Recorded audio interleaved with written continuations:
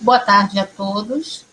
Eu sou a Carmen Irene, atualmente pró-reitora de Assuntos Estudantis, e hoje nós vamos dar início à terceira série de lives da nossa pró-reitoria, né? Cujo tema é Atenção à Saúde Mental na Unirio. Nós vamos começar com um tópico que consideramos fundamental para a questão da saúde mental dentro da universidade. E qual seria esse tópico? Assédio na universidade, tanto moral quanto sexual, né? E para isso eu gostaria de chamar inicialmente o meu amigo e parceiro, o professor Daniel Aragão, pró-reitor de Gestão de Pessoas, né? Para a gente aqui trocar figurinhas com a nossa convidada especial, né? Fafati Costa, que, né, já vem trazendo, discutindo essa temática, né, da Rural, ela é da Rural, e já vem discutindo essa temática há algum tempo, já fez até, inclusive, algumas reuniões aqui na Unirio, né, aquela, se não me engano, foi aquela chamada pelas professoras do Instituto do Saúde Mental. Da Escola de Letras, tem razão, da Escola de Letras. Você acha, né, você acha, a sua experiência, né, a sua experiência com a temática, com os casos que você já abordou e estudou, há uma prevalência ou não de diferenciação de gênero no assédio moral? Ou seja, haveria uma prevalência de um assédio moral mais de homens para com mulheres? Ou essa questão de gênero realmente não influencia em nada e que na relação horizontal mesmo, né, de assédio colega para colega, isso não entra muito? Bom, em primeiro lugar, eu quero agradecer a todos e dar boa tarde a todas e todos que estão nos assistindo também pelo canal aqui do YouTube. Muito obrigada à Pró-Reitoria de Assuntos Estudantis, à Pró-Reitora Carmen, ao Pró-Reitor de Gestão de Pessoas, Daniel Aragão, pelo convite. Também quero mandar um abraço aqui à professora Andréa Lopes, que foi quem fez esse nosso contato, e um abraço e um agradecimento ao William Vieira, que está aqui na parte técnica também, colocando aí a nossa transmissão ao vivo. Em primeiro lugar, eu parabenizo a Unirio por debater esse tema dentro das ações de atenção à saúde mental dos estudantes, né? Porque, e com a presença da Progep, eu creio que essas iniciativas serão estendidas à comunidade universitária, né? Isso demonstra a sensibilidade da Unirio em compreender que o assédio sexual e o assédio moral e as suas diferentes e inúmeras formas de violência psicológica, preconceitos religiosos, preconceitos linguísticos, preconceitos de gênero, de capacidade física, preconceitos de classe, enfim, são muitas nuances de violência que acometem tanto os servidores quanto a comunidade estudantil. Tudo isso que a gente convive na sociedade se reproduz no ambiente universitário, né, e traz danos à saúde mental dos servidores e das servidoras, e, sobretudo, da classe estudantil, porque é inegável a pressão por produtividade acadêmica com jovens de 20 anos, né? E antes de responder a pergunta diretamente da questão de gênero, Carmen, eu só queria lembrar a importância dessa relação do assédio com a saúde mental, que é a motivação também da live. Em pesquisas da Universidade do Texas, as pesquisadoras identificaram que os jovens universitários são 6 vezes mais propensos do que outros jovens em outras situações e do que as pessoas adultas a entrarem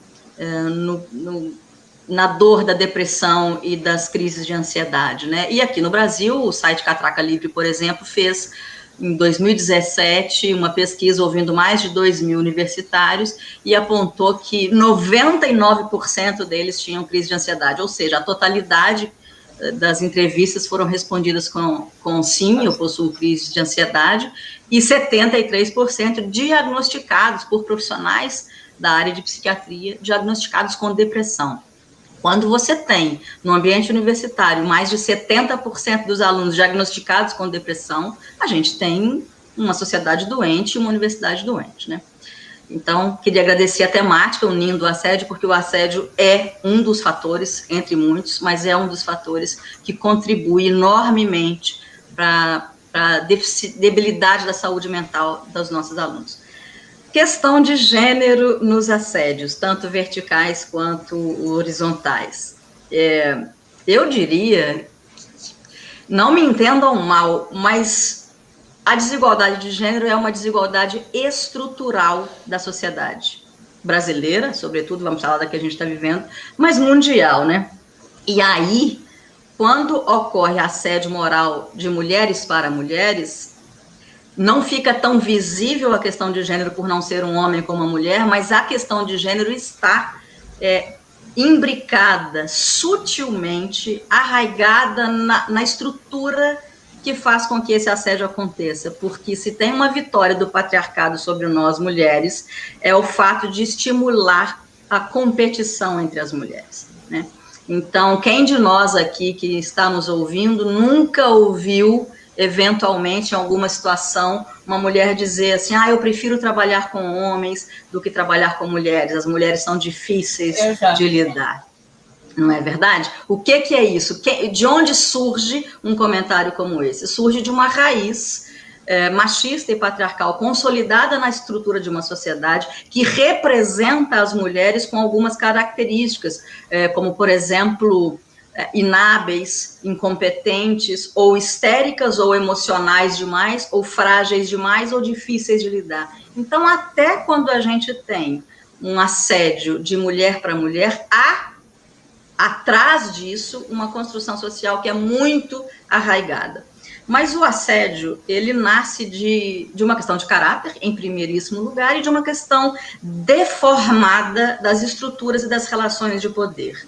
Quando alguém assume um determinado cargo de autoridade, alguma gestão, de direção, de supervisão, qualquer cargo de chefia, há uma deformação do conceito que é o de pressupor que, por ocupar este cargo, a pessoa tenha alguma superioridade sobre a outra, né? E aí a gente incorre, a gente vê chefes e supervisores e diretores, seja lá quais as funções de chefia, de gestão sobre as outras, a gente percebe que há um desvio de caráter quando essa pessoa comete assédio, né? Sim, o assédio dos homens com as mulheres, ele é, em sua maioria, um assédio sexual. Sim, ocorre mais em questões hierárquicas, não tenho dúvida, mas na horizontalidade, com os nossos colegas, ocorre muito uma piada, um toque indesejado, um comentário sobre a roupa de uma colega de trabalho, um comentário, um olhar excessivo, um abraço mais apertado entre os nossos colegas. E se isso for recorrente, né, que o caracteriza o assédio também é a recorrência dessas ações, então sim, entre colegas há muito assédio sexual, e aí é um problema, porque eu acho que não dá mais para a gente conviver com pessoas que nos assediam no nosso ambiente de trabalho, no nosso colegiado, nas nossas reuniões, conviver com essa pessoa na cantina, no departamento, né? Então, se a gente passa por isso, ou sabe de colegas que passem por isso, debater a questão do assédio é o primeiro passo fundamental para que ele deixe de existir, para que ele seja punido e corrigido ao longo dos trabalhos. E em relação a assédios horizontais de mulher para mulher, eu acho que a raiz é uma questão de gênero também, principalmente por levantar essa competitividade, e porque a própria sociedade estimula que as mulheres em cargo de gestão tenham que desenvolver algumas características ditas masculinas. Veja novamente a representação da mulher, então ela tem que adquirir certa postura mais forte, mais dura, mais racional, menos emotiva, menos frágil. Tudo isso é representação do que seria a mulher. Então ela passa a assumir comportamentos, e o assédio, que é eminentemente naturalizado dos homens para as mulheres, passa a ser um comportamento de algumas mulheres para outras mulheres, né? E eu acho que, a despeito do fato das estudantes serem em maioria nas universidades, isso ainda não ocorre com as professoras. A Unirio é uma exceção, porque tem 51% de mulheres professoras, mas a realidade do Brasil nós ainda não atingimos nem a metade, nós estamos em 45%, 46%, então faz com que os homens estejam em cargos de poder e de supervisão em sua maioria. Então, a questão de gênero ainda é superior. Ela não é exclusiva de homens para com mulheres, mas ela ainda é superior. E eu, para fechar a pergunta, acho que no nível das estudantes, sim, ocorre muito assédio entre os estudantes, então a horizontalidade dos assédios de alunos para com alunas é imensa. De professores, a gente eventualmente nessa conversa vai falar mais sobre isso, ocorre muito, né? A gente precisa cuidar e precisa prestar atenção sobre isso, mas um detalhe que eu queria chamar a atenção é que quando uma aluna faz uma denúncia de um assédio, ela normalmente procura uma professora, e se essa professora não estiver preparada para acolher essa denúncia, ocorre que algumas vezes a aluna é desestimulada a proferir e a continuar denunciando. Então, veja, a raiz das questões de gênero é mais forte do que a gente imagina para lidar com questões do assédio dentro da universidade. Obrigada, Fafati. E aí, Daniel? Pronto. A bola agora é contigo. Primeiro, boa tarde a todos que estão nos assistindo. Boa tarde, Carmen, Fafati, Andréia e William, nossa segurança aqui na questão mais técnica.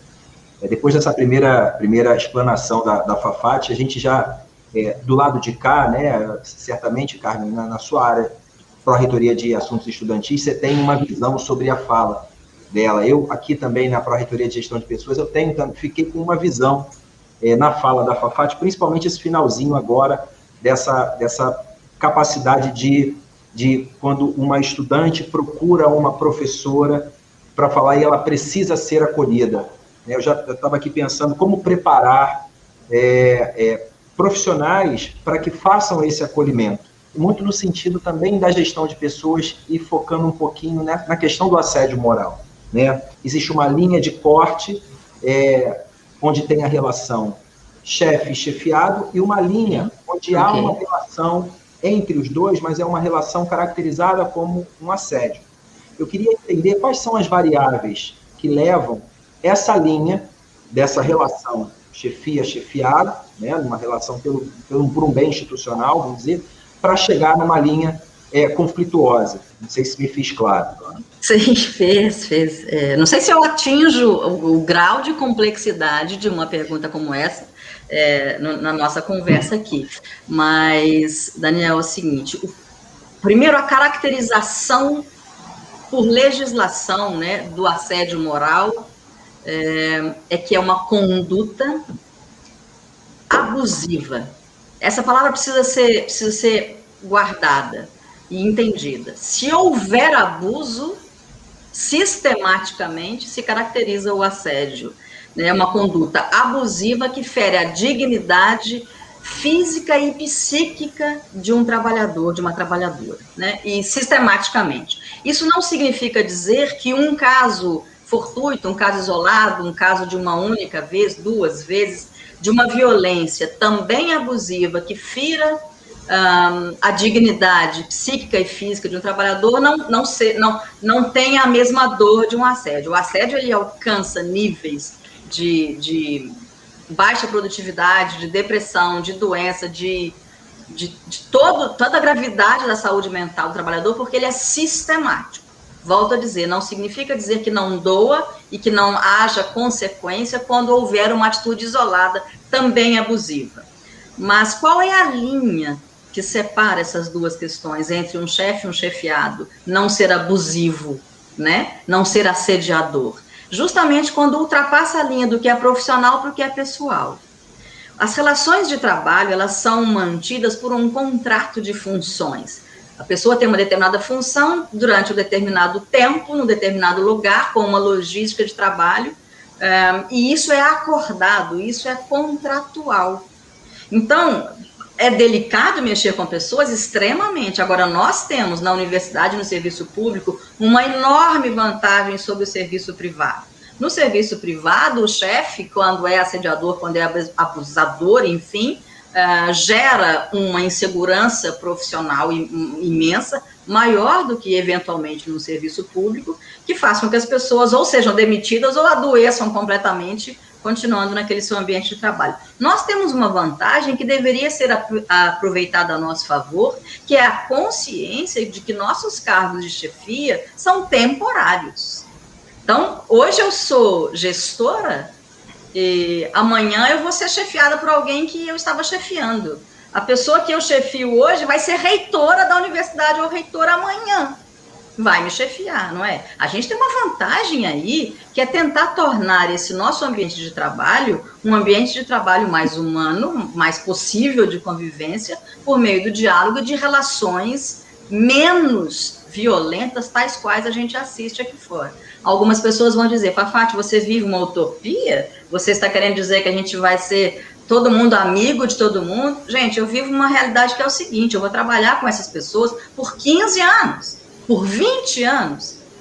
Eu não posso me comparar com as violências que estão lá fora. Eu tenho que resolver, eu lido com 20 pessoas do meu colegiado, do meu departamento, por 15 anos. Eu preciso tornar essa relação possível, não é? Então, que seja uma utopia, que nós tenhamos a oportunidade, como educadores que somos, de construir uma universidade melhor, de construir um ambiente melhor de trabalho, e se formamos jovens que serão a sociedade amanhã, que sejamos exemplo de que é possível um relacionamento. Então, as variáveis que nos diferenciam são: você tem uma função, você é um chefe, não falo de você, professor, por favor, entenda, não é pessoal, estou falando assim, no geral. Uma pessoa está ocupando um cargo de gestão, ela tem uma série de demandas para fazer, são nossos colegas quem vão executá-las, não é? Então, vamos tornar esta cobrança no nível do padrão profissional. Vamos fazer uma reunião? Coloca em ata. Comissão tal tem o prazo tal e tal para entregar tal função. Não dá para mandar um WhatsApp cobrando a pessoa uma mensagem pessoal, não é? Então, o que que diferencia o abuso? Tirar do profissional e passar para o pessoal. Mudar o tom, tornar a cobrança agressiva, insistir com e-mails ou comunicação eletrônica. Hoje, as reuniões virtuais ou comunicações virtuais sofrem as mesmas sanções das relações trabalhistas convencionais, né? Então, a gente tem que ter ali o tom também correto, enfim. Façamos diferente de tudo isso que a gente aprendeu, de tudo isso que a gente já viveu.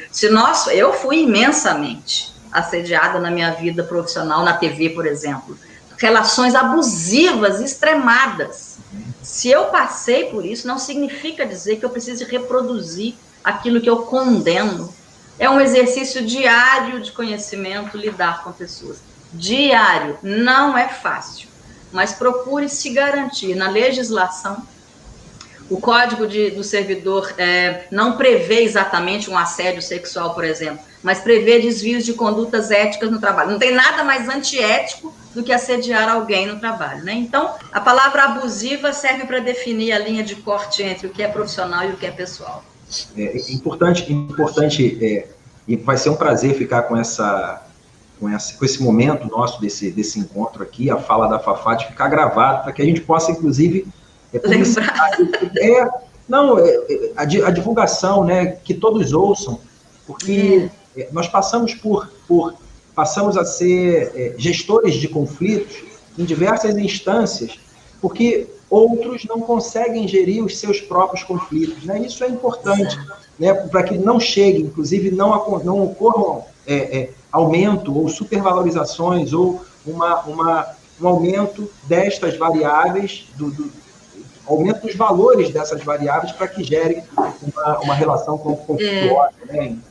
Antes eu sei que vão vir mais perguntas, mas para arrematar isso aí, é importante a gente pensar o seguinte: uma pessoa assediada no seu ambiente de trabalho, ela está muito improdutiva, ela está doente, ela está fragilizada já, ela já não está bem.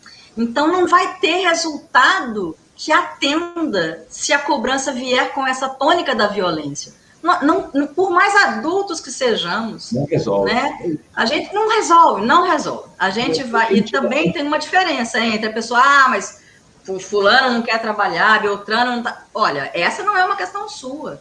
Uhum. Se houver alguém no departamento que você gerencia, que há uma improdutividade que você diagnosticou, realmente conversa e chama, porque às vezes a pessoa está infeliz ali, e ela vai render muito mais em algum outro lugar.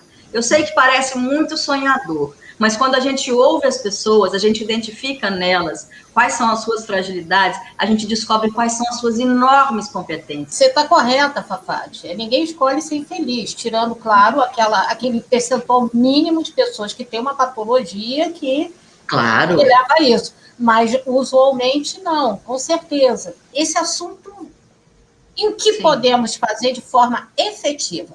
Quando eu vi essa proposta, por exemplo, da CGU, eles colocaram lá um material. Campanhas funcionam para a gente começar. Não é uma coisa que se a praia começa, que eu vá ver, não. Minha gestão vai acabar. Não é algo... Eu sei que eu vou fazer algo, mas se eu souber que vai funcionar a médio e longo prazo, eu vou começar com a maior felicidade do mundo. Há assédio, seja ele sexual, seja ele moral. Tá? Existe. Quais são as melhores práticas para que nós possamos combater? Voltem a mim quando eu não conseguir terminar as perguntas, porque elas são amplas. Carmen, estamos discutindo o que é que vamos fazer. A primeira questão é tornar este tema, o assédio, as violências diversas no ambiente universitário, uma questão político-pedagógica, institucional.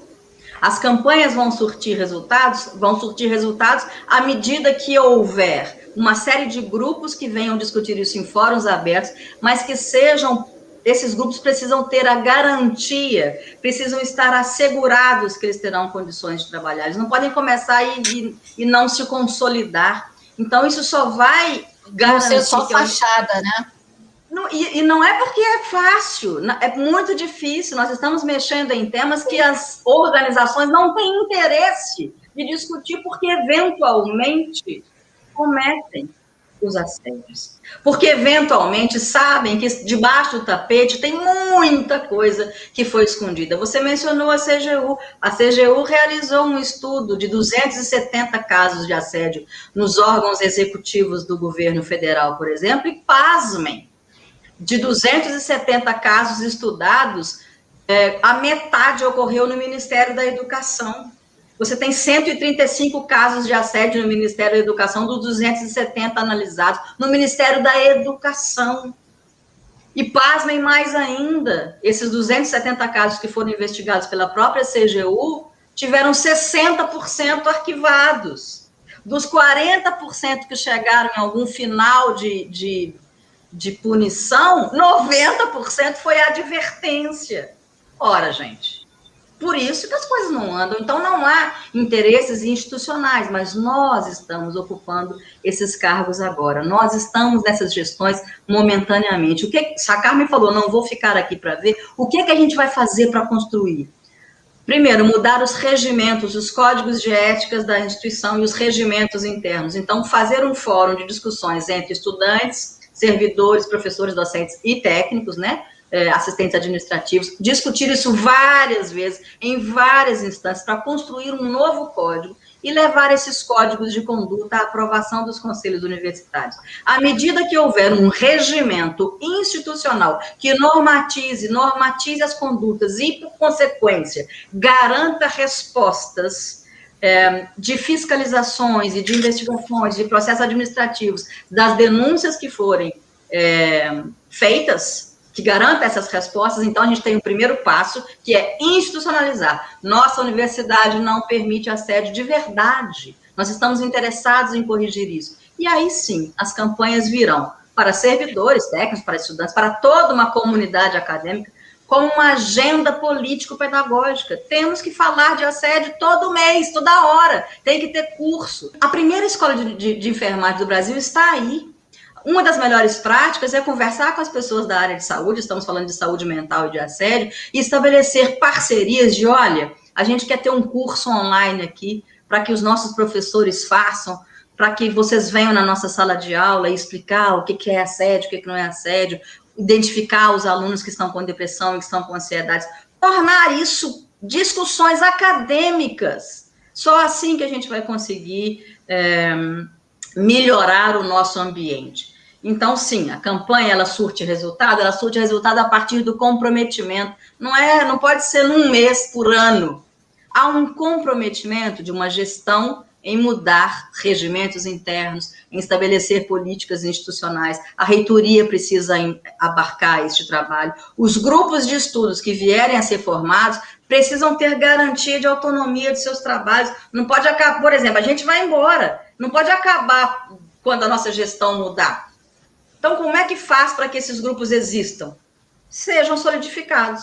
É um projeto de extensão permanente, sabe? É uma comissão permanente que vai trocando só as pessoas, mas aquilo foi colocado na reitoria lá como uma gavetinha. Então, tem que existir. Institucionalmente, tem que existir. Voltando à pergunta anterior que fala quando as alunas fazem uma denúncia, as pessoas não estão preparadas, cursos mesmo, cursos com pessoas, com profissionais que lidam com a violência, com profissionais da área de psiquiatria, com profissionais da área de saúde mental, com profissionais da área de violência de gênero, de preconceitos e de tudo mais, para que nós sejamos treinados e entendamos de forma adequada, porque somos professores. Ninguém aqui sabe tudo, mas a gente é o melhor aprendiz que a gente tem, eu acho.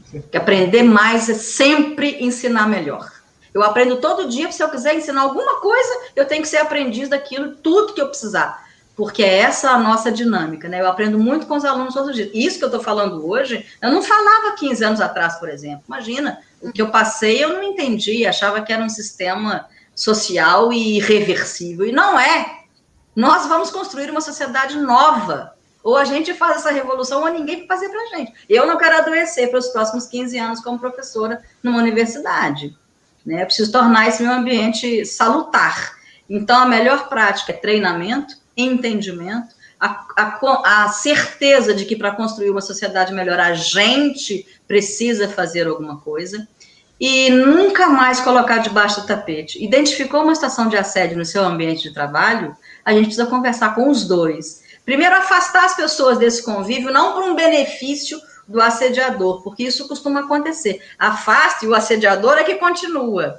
Não, ouvir a pessoa que foi assediada, dar credibilidade a ela para que não aconteça com outras pessoas. Então, não colocar embaixo do tapete mais, sabe? Porque são nossos colegas. É muito difícil, eu sei. A estudante lida com o aluno que a gente vai dar aula. É muito difícil para ela falar para a gente que foi assediada por um professor, foi assediada por um colega. Imagina um professor. Mas se nós, professoras, quando passamos por assédio, não conseguimos lidar, como vamos esperar que uma menina de 20 anos consiga lidar? Não é? Então, a formação ela é constante, mas ela precisa ser institucionalizada. Há que se oferecer garantias de que nós possamos fazer a nossa pesquisa sem ser vetados por isso, de que um gestor de gestão de pessoas possa ter uma célula e ter um núcleo dentro da sua gestão de pessoas que discuta relações de trabalho, sem que as pessoas tenham medo de denunciar que o colega foi assediador. Fafati, a gente vai encerrar, mas sim, você sabe que você se colocou numa situação agora meio complicada. Ideia eu tenho. E quando a gente começar a trabalhar, eu acho que eu vou te chamar para ser assim, uma consultora, fazer a gente trocar mais figurinhas para além da live, para além das palestras, para trabalho. Não sabe o prazer que vai ser, porque eu falo sempre a PPGM. Oh, meu Deus, orquídea, que é a coisa mais linda. Nossa, gente, meu coração ficou macinho, quentinho. Amo orquídeas. Mas, Carmen, eu amo a PPGMS, né, o programa que fiz doutorado aí na Unirio. A Unirio mora no meu coração, assim, imensamente, e eu aprendo todos os dias com vocês. Então, estou à disposição, essa troca de consultora, vamos fazer isso juntos, vamos fazer vários workshops aí, vamos aprender juntos a construir esse lugar mais amoroso para a gente viver. Eu sempre acredito nisso, a sociedade de amanhã passa pela universidade. A gente precisa acreditar nisso e mudar e fazer diferente. Então, não há problema nenhum da gente reconhecer, nossa, tive uma prática que não foi acertada, errei em algum momento, o que é que eu posso fazer para melhorar? Porque eu não pretendo morrer amanhã, não é? Se eu quero viver mais o quê? Mais 40 anos? Eu pergunto, quanto tempo você quer viver? Mais um ano da sua vida? Mais 2, 3? Ou mais 50? Ou mais 60? Então, qual é essa pessoa que você vai construir para você mesmo e para você mesmo pelos próximos 60 anos da sua vida? É tempo para mudar, é tempo de reconstruir, é tempo de não adoecer, né? Então, as nossas alunas e os nossos alunos com 20 e poucos anos, eles precisam acreditar que a gente, com 45, com 50, a gente precisa ser uma pessoa que ele se inspire e queira ser parecido com uma gestão humana, com uma professora que lhes acolha e escute, e não alguém que reproduz tudo de ruim que já está aí fora. A gente está na nossa bolinha, a nossa bolha tem que ser diferente, né? Então, muito obrigada a Projeto, muito obrigada a PRAE, mais uma vez, muito obrigada à Unirio. Sinto que vocês estão no caminho, estão preocupados, estão sensíveis a isso, agora precisam garantir que os seus colaboradores, que os seus professores e professoras, que seus técnicos administrativos e seus alunos e alunas tenham em vocês um porto seguro, possam confiar. Então, que a reitoria da Unirio lhes permita trabalhar e construir essas comissões com garantia de funcionamento quando vocês passarem dessa gestão. E só no PDI, e só nos regimentos internos, e só nos treinamentos e construção de uma nova política institucional pedagógica de combate às violências institucionais e de combate ao assédio, isso vai ser possível de fazer. E eu acredito que é possível de fazer. Vamos fazer. Fafati, muito obrigada por ter aceito vir falar conosco sobre esse tema, né? Claro, agradecer a Andréia, a nossa coordenadora de políticas estudantis, e ao William, né? Sem ele, nada disso também seria possível. Novamente, obrigada a todos, uma boa tarde, um bom fim de semana. Amanhã é o Dia Mundial do Malbec, para quem gosta de vinho, pode se deliciar com um bom Malbec amanhã. Bom Malbec argentino. Dica do dia.